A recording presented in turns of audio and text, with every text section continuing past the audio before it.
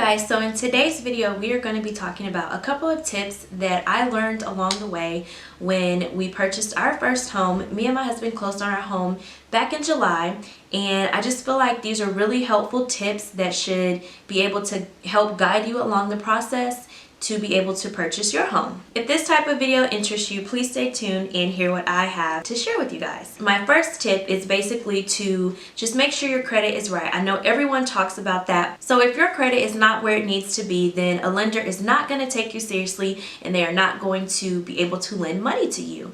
Basically with that, I know a lot of people talk about just making sure your credit is up to par, but you pretty much want to make sure you don't have things like late payments on your credit, or of course like a judgment or any type of like collections accounts and things like that. So to specifically find out how well your credit is, you can check out one of those apps like Credit Karma or Credit Sesame, something like that. Or you could just sit down with a mortgage lender and have your credit pulled, and they will let you know everything that needs to be fixed before you would be able to move forward with the process. Then also, you just want to have all of your documents when you are ready to purchase. You'll need basic stuff like your last few months of payment, your check stubs. You will need your bank statements, things like that. If you have student loans, you would probably need a letter from your student loan company and things of that nature. So just make sure all of your documents are together. You'll need your tax returns for the past couple of years. That's another thing you'll need. So I just used to keep all those things together in a folder, and I was able to just scan them over easily to the lender. That's tip number one. Just make sure your credit is up to par, and just go deeper into it with a lender, and they would let you know everything. Tip number two is, now I'm sorry for anybody out there that is a real estate agent, but honestly with a new construction home, which is what we purchased, in my personal opinion, you do not need a realtor. Now, some people might feel different than that, but pretty much with a new construction home, it's pretty cut and dry. There's not much room for negotiation. They will be able to, it's kind of like a mind game, just like with stores, how, they'll have the manufacturer's suggested retail price on an item, and then they mark it down, which is truly what the item should cost anyway. So with the new construction home, there is a little bit of room for them to take money off of the sales price, but other than that, there's not really room for negotiations or for them to kind of throw in different things. Now, of course, different builders do offer different incentives and things like that.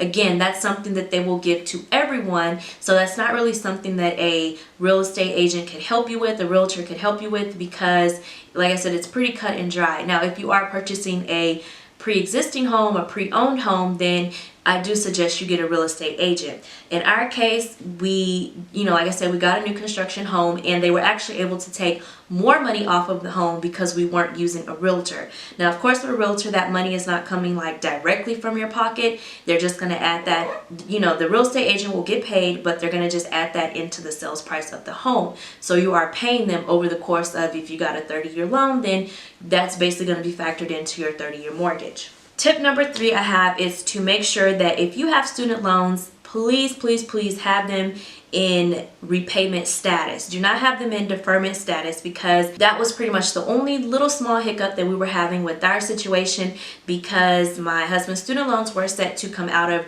deferment the very next month, and we were set to close July 25th, and they wanted to take, his loans were going to come out August 1st of deferment, and our builder did not want to push the closing to the next month. Of course, they wanted to meet their sales goals for that month, of course. And so we contacted the student loan company, and they were kind of dragging their feet with taking them out of deferment, which I find to be very funny, because why are you dragging your feet when someone is trying to give you some coin? I don't understand. It took them about a good 2 or 3 weeks to take it out of deferment. That kind of was the only thing holding up our loan, but of course, obviously, we got it all taken care of. Make sure that your loans are in a repayment status. They could either be on a repayment plan, or you could be paying them, the regular payment amount. However it is, just make sure they're not in deferment. Tip number four I have is to shop around with a couple of different lenders. Don't just go with the first lender that you try out, because the first lender we went with, we went with 3 different lenders, but we shopped around with about 3 different lenders. The first lender that we checked with was actually the builder's preferred lender. Now, this is where I talk numbers and everything, In this video, I am going to kind of give you some numbers and get a little bit personal with you guys. Lender A, Lender B, and Lender C. That's what we'll call it. So with Lender A, even though they were our builder's preferred lender, they wanted about $17,000 for our closing costs. That's what we would have been out of pocket. And of course, when you use the preferred lender, then the builder is able to do different things, like they might throw in something extra, which in our case, I think they were paying the title, something like that. I don't remember all of the details, but you definitely can check with different builders and see what they offer. So with Lender A, they wanted us to pay $17,000 in closing costs, which of course we were prepared to do because, again, going into the home buying process, you want to make sure that your financial status is up to par. You want to have that money and be prepared to pay for it. So it wasn't the fact that we were not prepared to pay that. It's just the fact that we wanted to check to see what other lenders could offer us. With that being said, the $17,000 was what Lender A wanted for closing costs. Then we check with Lender B. Now, one thing that a lot of people don't know is that when you go ahead and apply for credit, so how we had them run the credit for a mortgage, basically you have like a 14-day window where you can shop around with other lenders as well. So if you shop around with other lenders in that window, it won't actually ding your credit again. So it drops your score a little bit when you apply for credit, and if you do it within that time frame, your score won't drop again. So that's why we shopped with different lenders in that time frame. So that was Lender A. Lender B, their price was around the same as well. And then we heard about another lender, and they actually had a down payment assistance program available to us, which significantly reduced our closing costs out of pocket for our closing costs. Okay, so that's going to lead me into tip number 5. So you want to check and see if there are down payment assistance programs available for your area. Now, they have different ones for different states, different counties, different cities, and everything. And it's nothing wrong with using a down payment assistance program, because that is money that is allocated for that particular thing. Your state or your county or whoever has allocated money to help people become homeowners. They want you to buy a house. Now, of course, you don't want to rely on that solely, because, like I said, you want to be financially prepared going into this thing. Buying a home it's definitely an exciting thing, but it's also something that you don't want to do prematurely. You want to have the funds saved up for it. You just really want to set yourself up for the best financial outcome, basically. So with our down payment assistance program, the interest rate was a little bit higher than with Lender A. But let me just break it down to you. With Lender A, they wanted $17,000 in closing costs, and our payment monthly, our mortgage amount, would have been about $100 less than what we currently pay. But with Lender C, we were able to pay significantly less than that in closing costs, and our payment is about $100 more. So that's where you have to sit down and really write it out on paper, see what the difference is with the different lenders. I said, yes, our payment amount is a tad bit more per month with Lender C, and we do have a little bit of a higher interest rate, but in all actuality, it's only $1,200 spread throughout the year. So it only made sense to go with Lender C. Tip number 6 is to make sure that the lender you are going to go with is well versed in like escrow and taxes and stuff like that. So with Lender A, they actually did not put our taxes in correctly, and the amount that we were going to be paying was going to be less than what we really needed to be putting in for the new tax amount. Now, of course, everything is going to be estimated because they don't have your actual tax amount, because like I said, unless your home was pre-existing and they're able to look at the taxes from the previous years on your home. So with the new construction home, the taxes that were previously paid by the builder were based on dirt. So they basically were paying pennies on the dollar, you could say, for the tax amount. But when your home is built and wow, your county discovers that there's a house here, then they're going to be taxing you on your actual home. So with that, our lender, she looked around in our area, looked at what homes sold for around us, and looked at what they paid in taxes, and she was able to get a more accurate picture of what we should be putting into escrow for our tax amount. And come to find out, Builder A actually did not do that correctly, and we would have been underpaying our taxes. And then what would have happened is next year our monthly payment amount or mortgage amount would have increased a lot because we weren't putting enough into escrow. I hope that that made sense. It's even better to overestimate your taxes, in my opinion, versus underestimating them, because no one wants to wake up one morning and find that your payment has increased by $500 because you weren't paying enough in taxes to begin with.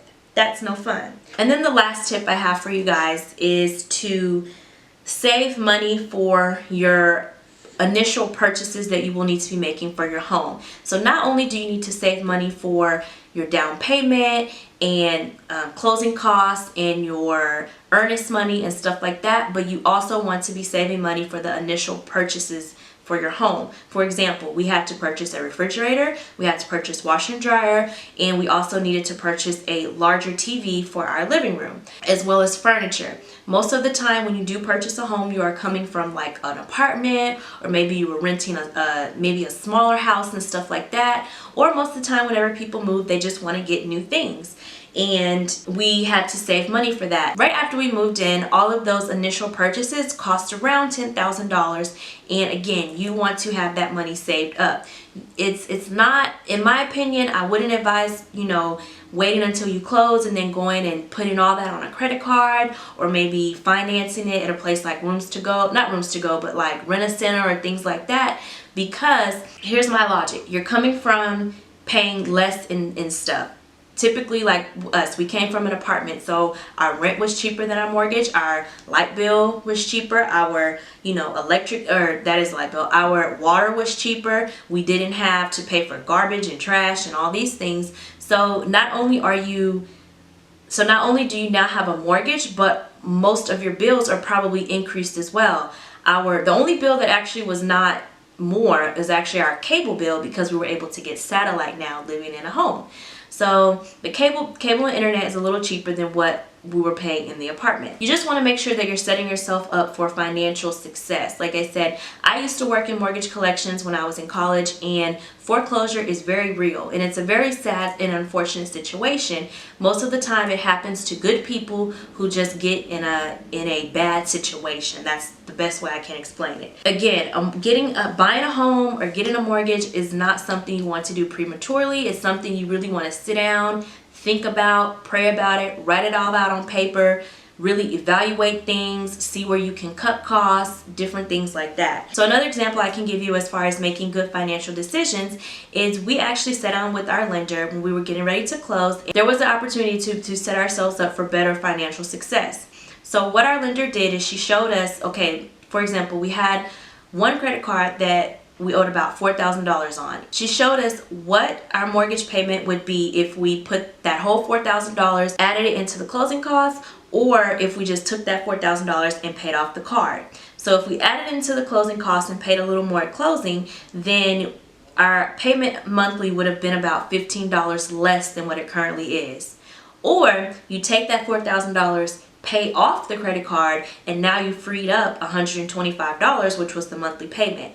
That makes more sense, right? So just little things like that. Sit down with your lender, go over different scenarios, go over different choices and options, and just see what's going to be best for you. So that's all of my tips. I really hope and pray that it touched someone, that you were able to learn something from it. This was just our personal experience with buying a home. Everyone's experience is going to be different, but I really encourage you to sit down, go talk with the lender, research different things. So I hope this video was helpful. Remember to subscribe if you're not already, and thumbs up this video. Leave any questions down below, and I will see you guys in another video. Bye!